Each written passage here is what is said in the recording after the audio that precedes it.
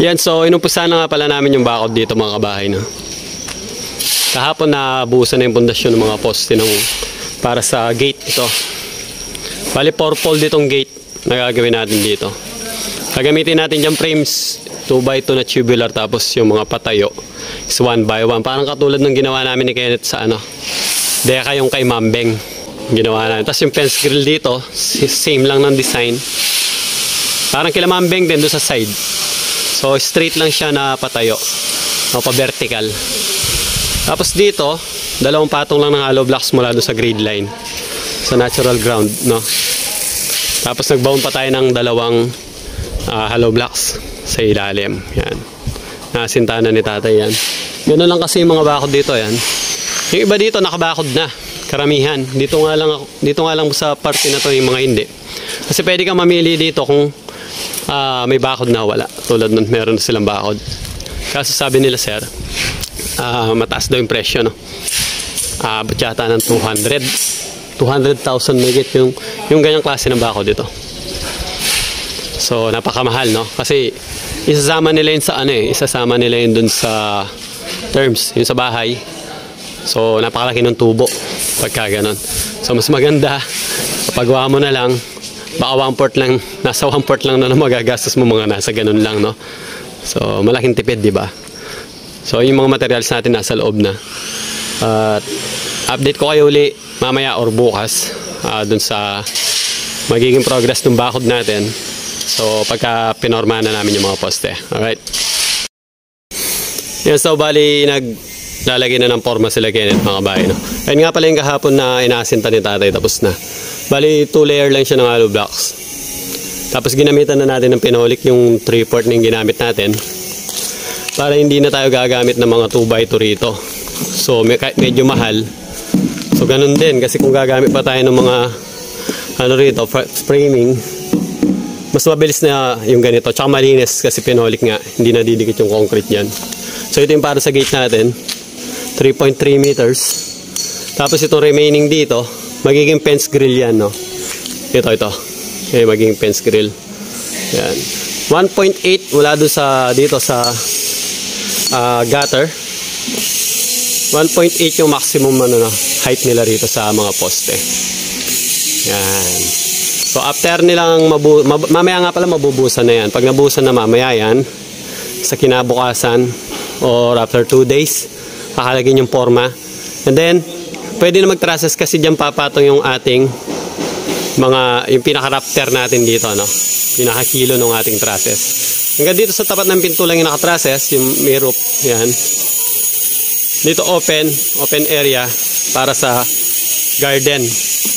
Kung yung kamukha sa ginawa natin dito sa kabila, nilagyan naman, hindi ko na-vlog yun, pero nilagyan namin yun ng polycarbonate, yung clear. So yun mga bay, update ko kayo ulit pagka nabuhusan na yan at natanggal na namin yung forma. Okay. Ayan, ito yung ginagawa namin kahapon mga kabahay. So yan, no, nabuhusan na yung dalawang yan. So tatanggalin na ni Kenneth yung forma dahil pandalawahan lang yung forma namin. Yung 3/4 na pinolik na yung ginamit natin mga kabahay, no, yung isa ililipat niya rito para mabuhusan na to. Inuna namin tong dalawang to kasi para pwede na kaming magbuo ng aming process dito para sa garahe, no. Kasi diyan papatong yung rafter natin diyan sa dalawang poste na yan, no. Kaya tinibayan na rin natin yan. Yung bakal nga pala niyan, hindi ko alam kung napakita ko sa mga nakaraan. Bali 8, no.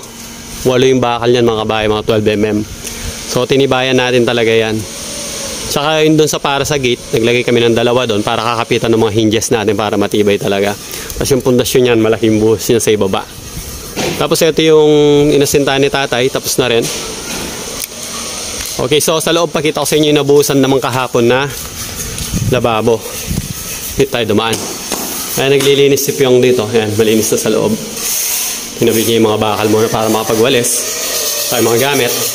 Ayan, nililinis niya ngayon dito. Ito yung nabuhusan kahapon mga kabahay, no? Napakatibay nito. Ayan. Solid yan, no? Yan, may idea na kayo paano gumawa ng solid na lababo.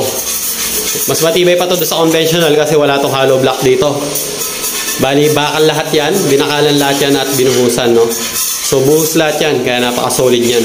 O nga pala, tukuran nyo, no? Kaya nakita nyo, ginamit ko lang to para panukod. Tukuran nyo kasi magka-curve yan. Tukuran nyo yan bago nyo buhusan. And then ito yung slot para sa stove, yung cooktop. Dito naman yung slot para sa lababo. Mamaya nga pala pwede ko nang tanggalin yung ano yan, yung ang tawag nito, forma, no? So tatanggal na natin itong forma. Tatanggalin na natin yan. Yan, para ma-expose yung concrete dito sa side at mabilis siyang tumigas o matuyo, no? So abangan yung mga kabayan, susunod na rito is yung pagtatile dyan, no? Bibili ko na yung tiles nito pati sa wall and then cabinet na. Alright? Okay, so pagpatuloy natin yung ginagawa natin bakod dito mga kabahay, no? At ako ay nagkasakit, renanggas tayo. Kaya yun, sila muna bumabanat dyan. Yung anak ko lalaki, oh, tumutulong nga yan. Kanina naghahalo siya, eh. So dito sa harap, ito yung napaltada ni tatay, no? Tapos naasintadahan niya na yung gilid na yon at pinapaltadahan niya na rin yun. Tapos inuumpisahan na rin ito ni Kenneth yung paggawa ng gate, no? 4-fold yung gate natin. So pangatlo na itong ginagawa niya. Yung nasa ilalim is pangalawa. Ayun yung una.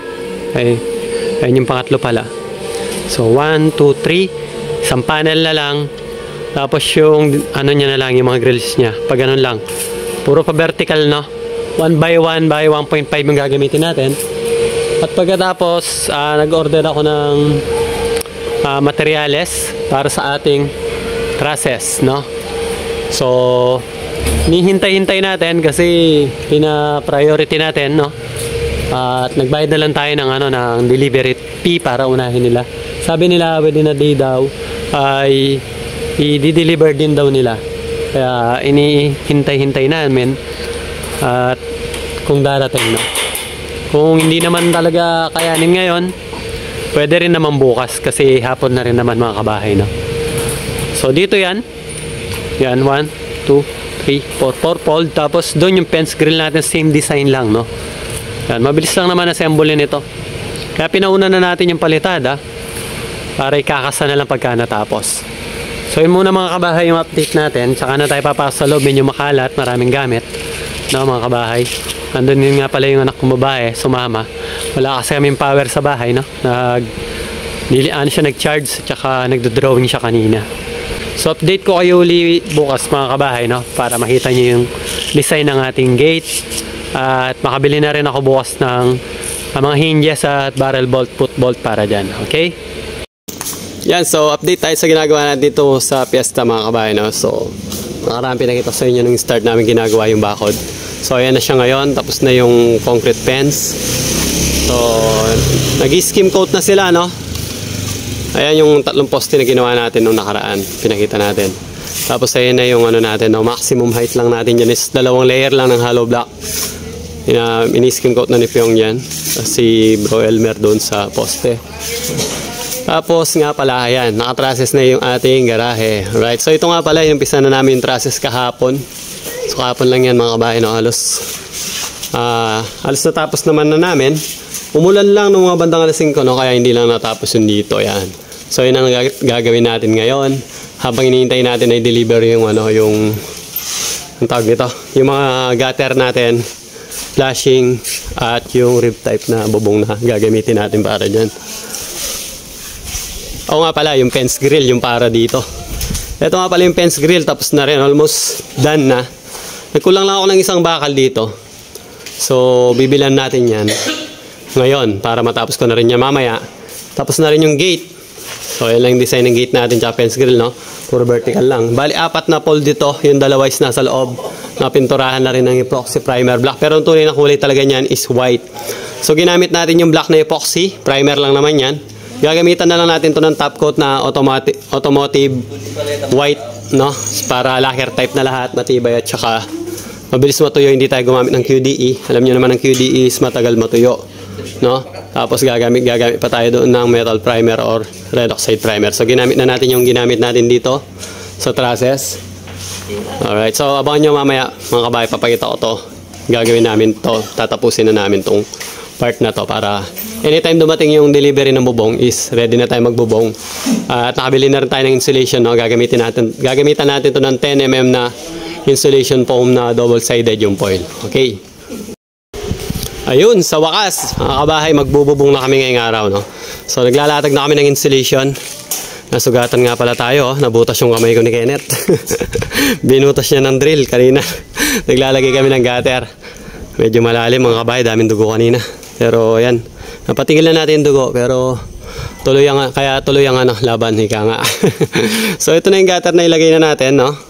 Yung gutter natin is Banawe type. Pero wala kasi tayo manap na ganung kulay. So okay lang to, approve yan. Kasi ganyan din ginamit natin kila Ma'am Nika. At saka si kila Sir Kevin, no? So nakantuan na rin natin dito yung ating ano, yan. Nakantuan na rin natin. Nabutasan na rin natin yung ating downspout. Yung para sa downspout, no? Ito naman yung isa. Tinapat lang natin sa poste. Pangit naman kasi kung meron siyang downspout dito, no? At ang ginamit nating insulation nga pala is 10mm na double-sided pa yan, no? So hindi natin to tinipid mga kabahay. Makapal ito at double-sided pa yung foil niya, no? So ibig sabihin pagka napakalamig dito, ngayon pa lang lalo na ganitong oras, is wala nang araw dito, tingnan nyo, mainit, no, sa kalsada.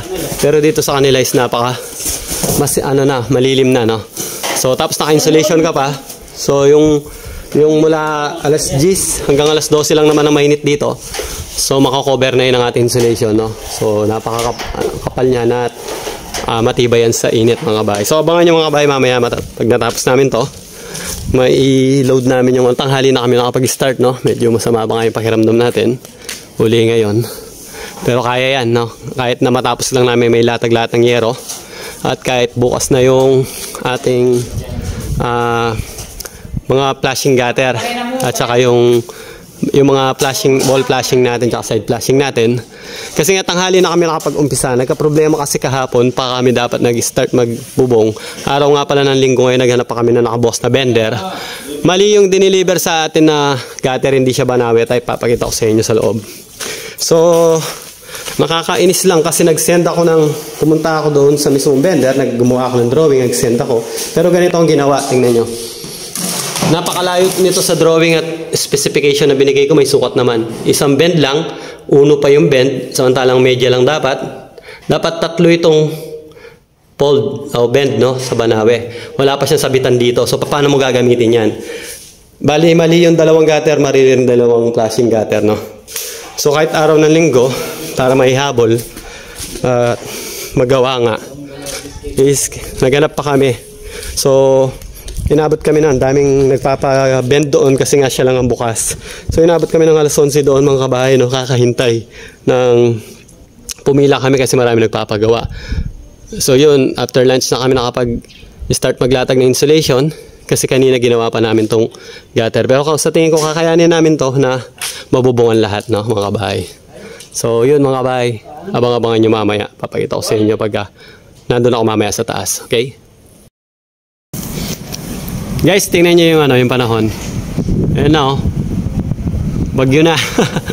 Pero matatapos naman namin latagan. Yun nga lang, hindi na kami makapaglagay ng wall flashing, no? Kasi madilim na, no?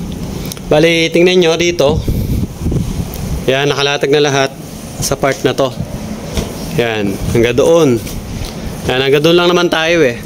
So bali, tatapusin na lang namin install ngayon. Ito side.